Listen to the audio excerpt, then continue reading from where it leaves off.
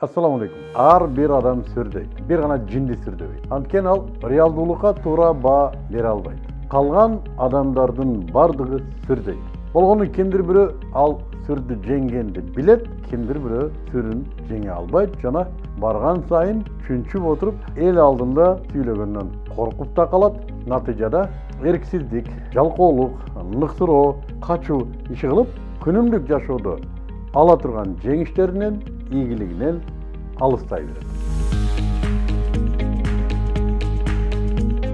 Биз сүрдү жеңүүнүн оңой жолдорун үйрөтөбүз. Үйрөтүп да гана калбастан, эң күчтүү көнүгүүлөрдү жасатабыз, анын аткарылуусун көзөмөлдөйбүз, жетелейбиз, окутабыз. Бир сөз менен айтканда, сизди жеңишиңизге жетектейбиз. Ошол эле учурда үнүңүздү ачабыз. Артикуляцияңызды, интонацияңызды, туура дем алууңузду коебуз. Сөз байлыгын көбөйтүүнү үйрөтөбүз.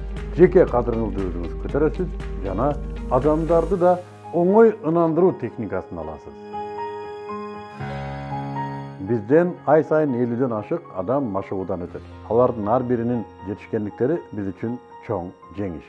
Башында келгенде жөнөкөй маршрутканы токтотуп кой деп айткандан корккон балдар биздин машыгууларыбыздын аягында сүйлөшөргө адам издеп калат көчөлөрдө. Биз машыктырган программалар негизинен көп жылдык телевизиондук тажрыйбалардан улам жана азыркы заманбап машыктыруучу техникалардан улам чогулган жана таасири да өтө күчтүү.